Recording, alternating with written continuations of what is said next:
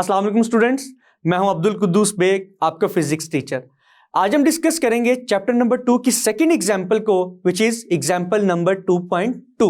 तो स्टार्ट करते हैं आज के लेक्चर को, जिसके लिए हम चलते हैं व्हाइट बोर्ड की तरफ। स्टूडेंट्स, एग्जाम्पल 2.2 की स्टेटमेंट आप देख सकते हैं, which states that two forces of magnitude 10 Newton and 20 Newton act on a body in directions making angle 30 degree and 60 degree with x-axis respectively. Find the resultant force. तो students, statement बता रही है कि हमारे पास टू फोर्सेस हैं. First force is 10 Newton and second force is of 20 Newton. ये दोनों forces के मैग्नीट्यूड्स थे, लेकिन दोनों फोर्सेस पॉजिटिव एक्स एक्सिस के साथ जो एंगल बना रही हैं, फर्स्ट फोर्स का एंगल है 30 डिग्री एंड सेकेंड फोर्स का एंगल है 60 डिग्री. हमने इस एग्जाम्पल में रिजल्टेंट फोर्स कैलकुलेट करनी है. तो स्टूडेंट्स, एग्जाम्पल को स्टार्ट करने से पहले अगर हम इस एग्जाम्पल के डाटा को डायग्राम की मदद से रिप्रेजेंट करें तो इस एग्जाम्पल को समझने में और सॉल्व करने में बहुत आसानी होगी. तो स्टूडेंट्स देखते हैं. For example students, we have Y axis and X axis.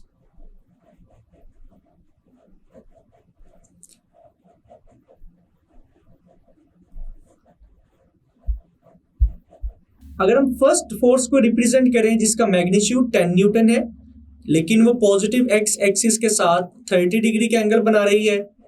For example students, this angle is equal to 30 degree and this force has magnitude of 10 newton. Students, इस फोर्स को हम F1 भी कह सकते हैं. नाउ स्टूडेंट्स, सेकेंड फोर्स जिसका magnitude तो 20 Newton है, लेकिन वो पॉजिटिव एक्स एक्सिस के साथ 60 डिग्री का एंगल बना रही है. फॉर एग्जाम्पल, अगर हम 60 को रिप्रेजेंट करें, this is the 60 degree angle, लेकिन इस फोर्स का जो मैग्नीट्यूड है that is 20 newton and it is equal to F2. Now students, आप देख सकते हैं फोर्स F1 को रिप्रेजेंट किया, फोर्स F2 को रिप्रेजेंट किया, यानी कि रिजल्टेंट फोर्स को कैलकुलेट करना है. तो स्टूडेंट्स, अगर हम डाटा लिखें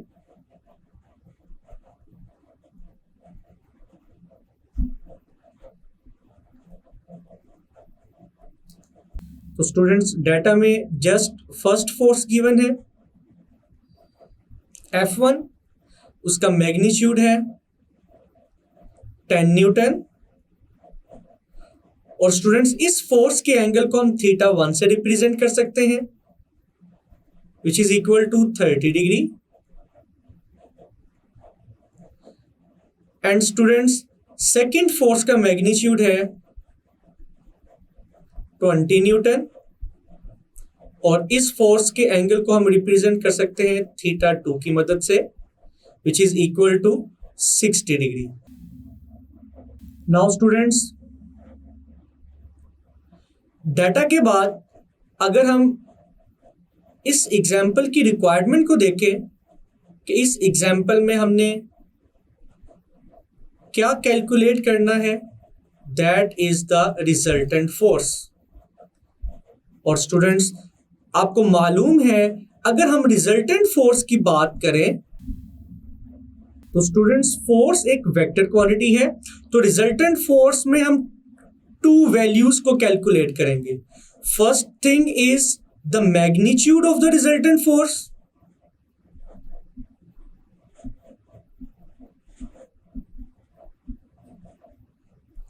and second one is the resultant angle.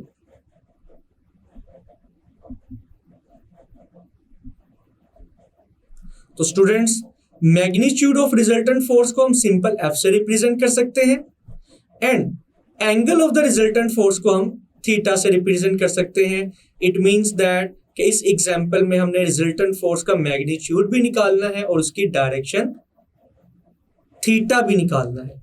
तो स्टूडेंट्स, इन दोनों क्वांटिटीज को निकालने के लिए हम जो फॉर्मूला यूज करेंगे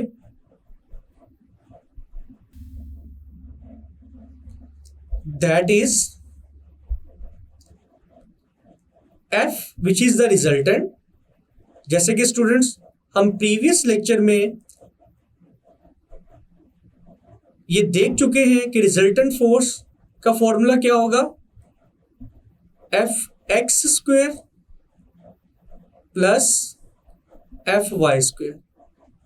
तो स्टूडेंट्स यहां पर एफ एक्स क्या है, it is the resultant of all the X components और all the X forces or all the x directed forces, and Fy is the resultant of all y components or all y directed forces।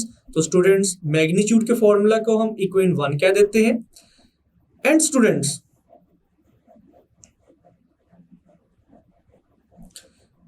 Theta की value calculate करने के लिए हम जो formula use करेंगे, this is equal to tangent inverse Fy divided by Fx। और students direction और angle के इस फॉर्मूला को हम इक्वेशन 2 भी कह सकते हैं। नाउ स्टूडेंट्स दोनों फॉर्मूला लिखने के बाद अब हम इस एग्जाम्पल के सॉल्यूशन को स्टार्ट करते हैं। तो स्टूडेंट्स सबसे पहले हम जो चीज कैलकुलेट करेंगे that is Fx and Fy। Means that कि स्टूडेंट्स सबसे पहले हम रिजल्टेंट ऑफ x कंपोनेंट्स निकालेंगे, देन हम resultant of y components calculate करेंगे।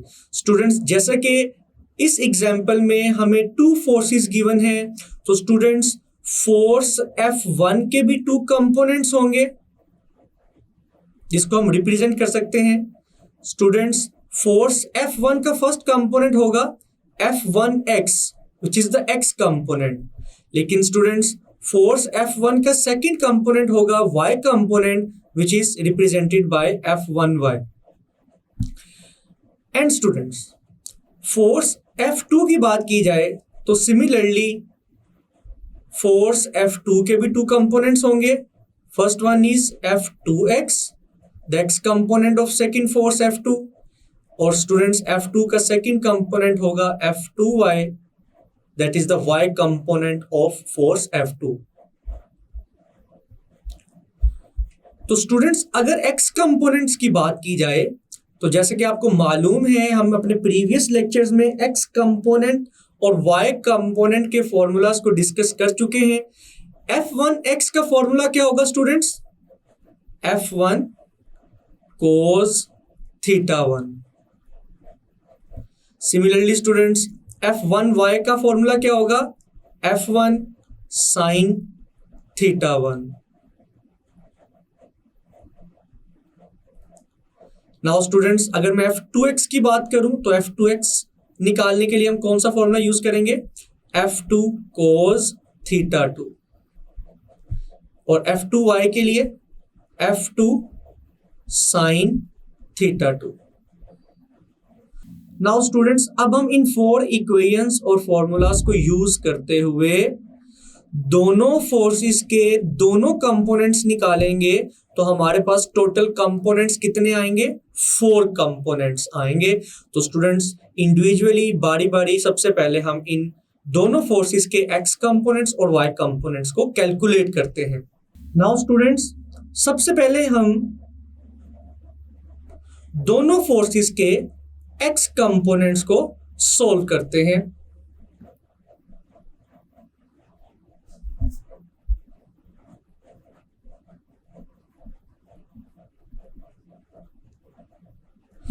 F1x का फॉर्मूला था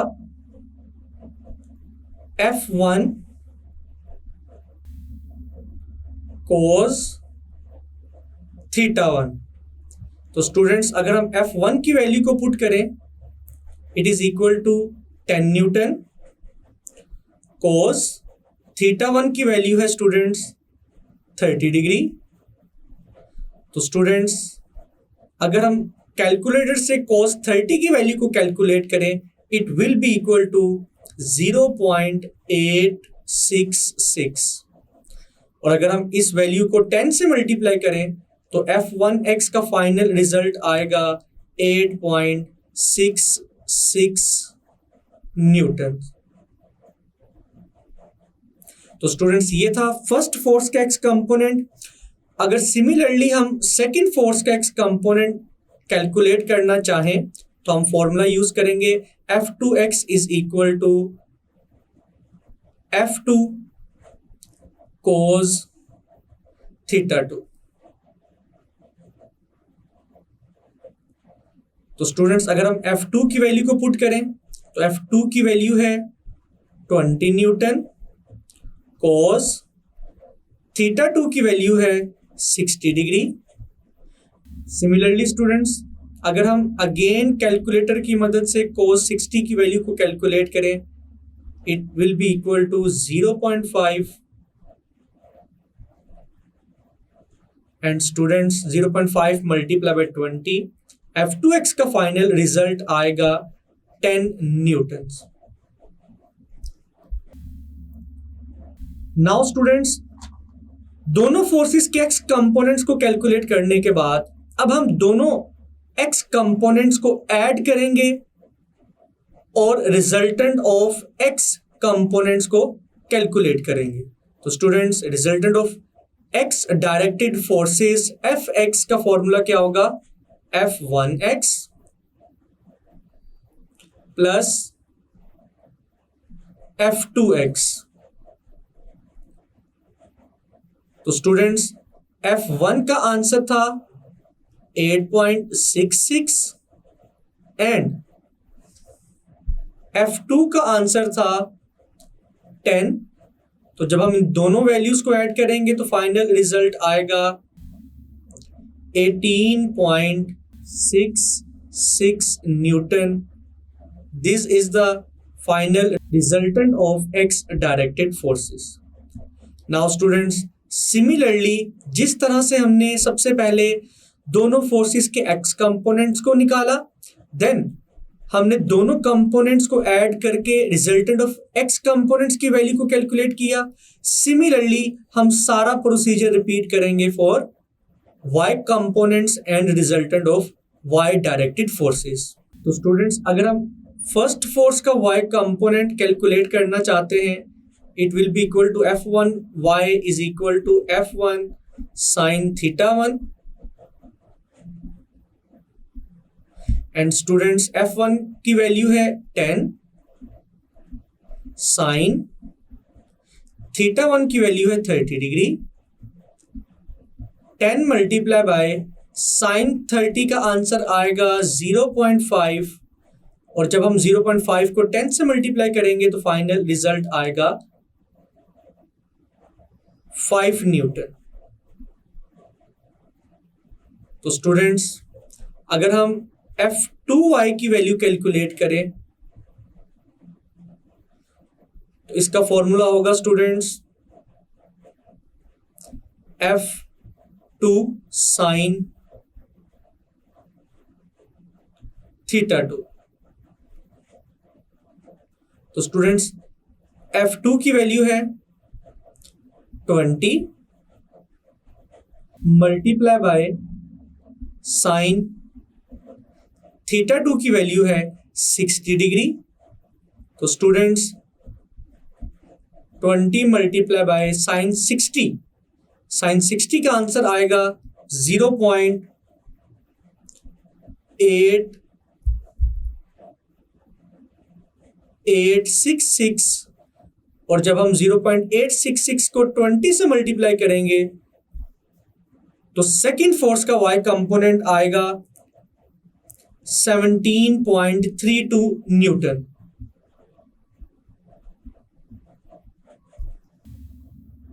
नाउ स्टूडेंट्स अब हम दोनों वाई कंपोनेंट्स को ऐड करेंगे और रिजल्टेंट ऑफ y कंपोनेंट को कैलकुलेट करेंगे।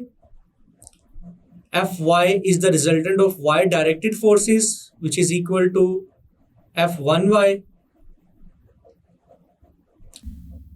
plus F2y।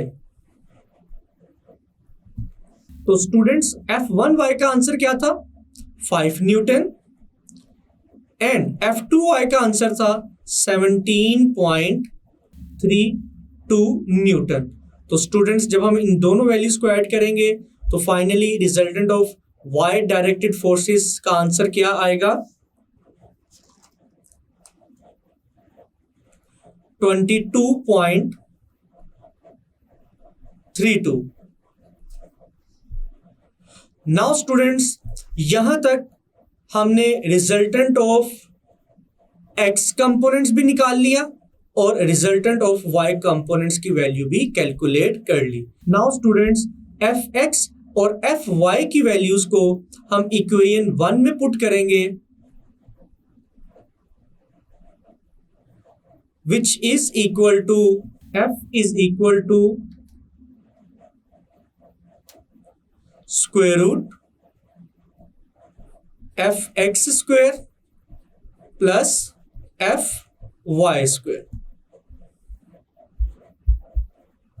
तो स्टूडेंट्स एफ एक्स का फाइनल आंसर था 18.66 whole square plus F Y का फाइनल आंसर था 22.32 whole square.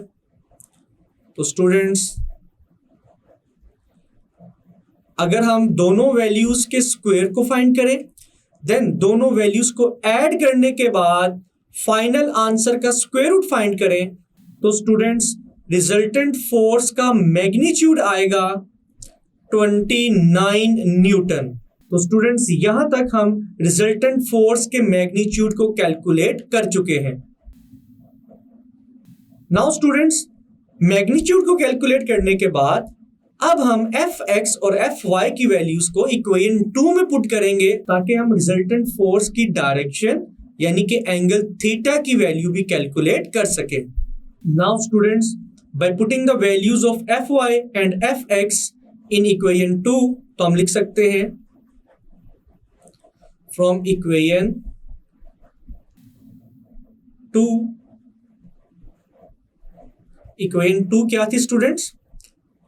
Tangent theta is equal to F Y divided by F X. तो students इस equation में हम थीटा की वैल्यू कैलकुलेट करेंगे तो जिसके लिए हम टेंजेंट को इक्वल की राइट साइड पे शिफ्ट करेंगे। तो टेंजेंट जब लेफ्ट हैंड साइड से राइट हैंड साइड में शिफ्ट होगा it becomes tangent inverse. And students F Y का आंसर क्या था? 22.32 डिवाइडेड बाय एफ एक्स का आंसर क्या था? 18.66। तो स्टूडेंट्स अगर हम टेंजेंट इनवर्स की वैल्यू कैलकुलेट करने से पहले 22.32 को डिवाइड करते हैं 18.66 के साथ तो हमारा रिजल्ट आएगा 1.196। नाउ स्टूडेंट्स अब हम इस आंसर का टेंजेंट इनवर्स कैलकुलेट करेंगे तो थीटा का फाइनल आंसर आएगा 50 डिग्री।